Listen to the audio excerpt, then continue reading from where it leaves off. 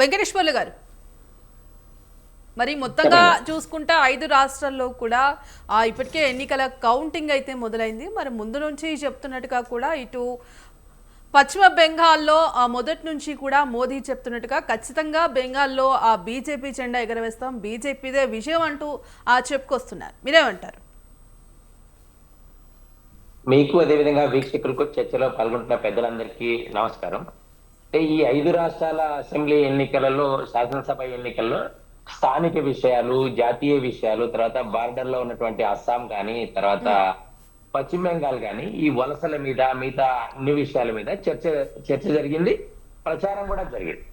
అయితే మనము మీరు అన్నట్లుగా ఇప్పుడు కేరళలో కానీ, పాండిచ్చేరిలో కానీ, తమిళనాడులో కానీ, ఉమ్, ఇప్పుడు కేరళలో కాంగ్రెస్ పార్టీకి అనుకూలంగా ఉందని ప్రచారం జరుగుతుంది. ఉమ్, అంటే కాంగ్రెస్ పార్టీ ఈ ఎన్నికల ఫలితాల తర్వాత ఉమ్, వారు ఏం రాగం ఎత్తుకుంటారో మనం ఇప్పుడే ఊహించవచ్చు ముందే. ఉమ్, కాబట్టి తమిళనాడులో డిఎంకే గెలిచింది అనుకోండి, వారు ఇంకొక విధంగా చెప్తారు. ఉమ్, పశ్చిమ బెంగాల్లో కూడా మేము గడిచిన ఇక్కడ చూడండి, 1950 నుంచి మనం తీసుకుంటే 1950లో జవహర్లాల్ నెహ్రూ గారు ప్రధానమంత్రిగా ఉన్న సందర్భంలో ఉమ్, ఆ రాష్ట్ర పారిశ్రామిక ఉత్పత్తి గాని, తర్వాత ఈ దేశంలో వారి జిడిపి గాని, తలసరి ఆదాయం గాని ఉమ్, 15% ఉండేది. పారిశ్రామికంగా అభివృద్ధి చెందిన రాష్ట్రం ఆ ప్రాంతంలో. ఉమ్, కాబట్టి వీటన్నిటి కూడా బాధ్యత వహించాల్సింది ఎవరు? కాంగ్రెస్ పార్టీ, కమ్యూనిస్టులు, టిఎంసి. నేడు 6వ ప్లేస్ లో ఉంది. నిన్న మే 1వ తారీఖు జిఎస్టి మీద ఫలితాలు డబ్బు పంపిణీ వచ్చిన సందర్భంలో వారు 6వ ప్లేస్ లో ఉన్నారు. అంటే 10.5 కోటి జనాభా ఉన్న ప్రాంతము ఈ రోజు 5.5 కోటి జనాభా ఉన్నటువంటి ఆంధ్రప్రదేశ్ లాంటి రాష్ట్రానికి దగ్గరకు వచ్చేసిందంటే ఉమ్, మనం ఏ విధంగా లెక్క పెట్టుకోవచ్చు. కాబట్టి పశ్చిమ బెంగాల్లో చాలా విషయాల మీద ఎన్నికలలో చర్చ జరిగింది. ఉమ్, వలసల మీద గాని, మత సంతృష్టీకరణ మీద గాని, గడిచిన 15 సంవత్సరాలుగా టిఎంసి పరిపాలన, సందేశ్ కాలి, ఆర్జికర్ కాలేజ్ నుంచి మహిళల మీద అత్యాచారాలు జరగటము, తర్వాత ఈ మద్యం మీద విషయాలు, తర్వాత ఉపాధ్యాయుల కుంభకోణం, ఇటువంటి వారి పరిపాలన సరిలేదు. వారి పరిపాలనలో ఇప్పుడు ఏ ప్రభుత్వమైనా కొంత వ్యతిరేకత అనేది కొంత ఉంటుంది ఖచ్చితంగా. దాన్ని ఇప్పుడు ఓడిపోతే ఈవీఎంలో ఇంకొకటో ప్రచారం చేయటము, తర్వాత రాజ్యాంగ సంస్థలను వ్యతిరేకించటం అనేది ఉందో అది సరైనది కాదు. ఎందుకంటే ప్రజాస్వామ్యం మరింత బలపడాలని రాజకీయ పార్టీలు కోరుకోవాలి. కానీ ప్రపంచంలో అతిపెద్ద రాజకీయ పార్టీ ఏదైనా లోపాలుంటే వాటిని సరిచేసుకునే ప్రయత్నం చేయాలి. కానీ ఊరికే సాక్ష్యాధారాలు లేకోకుండా ఇంకొక విధంగా మాట్లాడడం అనేది సరైనది కాదు. ఇప్పుడు పశ్చిమ బెంగాల్లో మమతా బెనర్జీ గారు కూడా నిన్న సుప్రీంకోర్టుకి వెళ్ళారు. ఎందుకంటే కేంద్ర ప్రభుత్వానికి సంబంధించినటువంటి కేంద్ర అధికారులకు సంబంధించి వాళ్ళు ఎవరు ఎన్నికల కౌంటింగ్ లో ఉండద్దని చెప్పారు. ఇప్పుడు ఎన్నికల కమిషన్ నిర్వహించినప్పుడు కేంద్ర ప్రభుత్వ అధికారులు వద్దంటే మరి రాష్ట్రంలో మీ కింద ఉన్న వాళ్ళు కదా. తర్వాత మరి పాల్గా లాంటి ఒక నియోజకవర్గం మొత్తం 285 రీపోలింగ్ జరిగింది. వాటి మీద టేప్ అతికించారు, వీడియోలలో కూడా కనిపిస్తుంది. అంటే ఇటువంటి విషయాల్లో స్థానికంగా ఆ పార్టీ గత 15 సంవత్సరాలుగా గూండారాజు పోలీస్ స్టేషన్ల కేంద్రంగా చేసుకొని, తహసీల్దార్ కార్యాలయాన్ని కేంద్రంగా చేసిన అవినీతిని ఈరోజు పశ్చిమ బెంగాల్ ప్రజలు, నేను ఒక సర్వేలో కూడా చెప్పారు, ఎవరు కూడా వారి అభిప్రాయాన్ని బహిరంగంగా చెప్పడానికి కూడా సిద్ధంగా లేరు. అంటే మారుతున్న కాలానికి అనుగుణంగా రాజకీయ పార్టీలు ప్రజల దగ్గర చైతన్యం వచ్చింది, సోషల్ మీడియా వచ్చింది. దాన్ని జాగ్రత్తతో పెట్టుకొని పరిపాలన సాగించి పార్టీ నిర్మాణం చేసుకోవాలి. కానీ కాంగ్రెస్ పార్టీ ఇక్కడ చూడండి, ఇప్పుడు ఏ విధానంతో చెప్పండి, మనం చాలాసార్లు ఈ విషయాలు మాట్లాడుకుంటుంటాం. ఇప్పుడు కమ్యూనిస్టులు ఎవరితో పోటీ చేస్తున్నారు? కాంగ్రెస్ ఎవరితో పోటీ చేస్తుంది? పశ్చిమ బెంగాల్లో పోటీ చేస్తున్నారు. సరే, మరి తర్వాత అక్కడ ఏ విధంగా కేరళలో ఏ విధంగా పోటీ చేస్తున్నారు? కాబట్టి వాళ్ళు ఇండియా కూటమి ఏముంది, ఇండి కూటమి, దీంతో రాహుల్ గాంధీ గారి నాయకత్వం బలహీనపడుతుంది. ఈ ఎన్నికల ఫలితాలు వచ్చిన తర్వాత భారతీయ జనతా పార్టీ విషయానికి వస్తే అస్సాం మాది తిరిగి వస్తుంది, పాండిచ్చేరి మాకు తిరిగి వస్తుంది. ఇంకా పశ్చిమ బెంగాల్ వస్తే మాకు అదనం అవుతుంది. పశ్చిమ బెంగాల్ భారతీయ జనతా పార్టీ అధికారంలోకి వస్తే ఖచ్చితంగా ఇండి కూటమి బలహీనమైపోతుంది. ఖచ్చితంగా ఇప్పుడు నితీష్ కుమార్ ఉన్నారు, ఇండి కూటమిని ప్రారంభించిన ఆయన వెళ్ళిపోయారు, దాన్ని వదిలేసేసి. ఇప్పుడు చాలా మంది ఇండి కూటమి నుంచి శరణ్ సింగ్ గారి మనవడు ఆ పార్టీని వదిలేసి వెళ్ళిన సందర్భం. కాబట్టి రాజకీయాల్లో కాంగ్రెస్ కానీ కమ్యూనిస్టులు కానీ చేయవలసింది ఏంటంటే, కాలానికి అనుగుణంగా ప్రజలకు అభివృద్ధి కావాలి, ప్రజలకు నిరుద్యోగ రూపకల్పన, పేదరికము, అందరికీ కరెంట్ రావాలి, తర్వాత సౌకర్యాలు, అవసరాలు వీటితో ఉండాలా, విద్య వైద్యంలో మెరుగుపడాలని. ఎందుకంటే ఇప్పుడు మీరు చూడండి, గడిచిన 70 సంవత్సరాలుగా కమ్యూనిస్టులు, కాంగ్రెస్లు, టిఎంసి పశ్చిమ బెంగాల్ను పరిపాలించారు. అదొక పెద్ద రాష్ట్రము. చూడండి, 1,60,00,000 మంది జనాభా కలిగినటువంటి పశ్చిమ బెంగాల్ రాజధాని కలకత్తాలో మనకు మెట్రో వేసుకోవడానికి కూడా అవకాశం లేదు. ఎందుకంటే ప్రతిదానికి రాజకీయం, ప్రతిదాన్ని ఇంకొక కోణంలో చూడటం వాళ్ళు.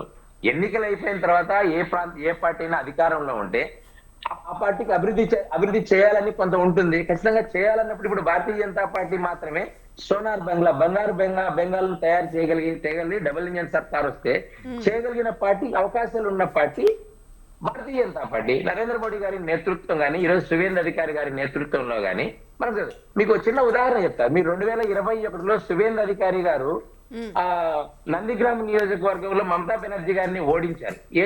ఏ రూపంలో ఓడించారు? 4,000 ఓట్లతో ఓడించారు. నందిగ్రామ్ లో అప్పుడు బతుకున్నటువంటి రతన్ టాటా గారు మమతా బెనర్జీ గారితో నానో కార్ల ఒప్పందానికి మాట్లాడుకున్నారు. మమతా బెనర్జీ తీవ్రంగా వ్యతిరేకించింది.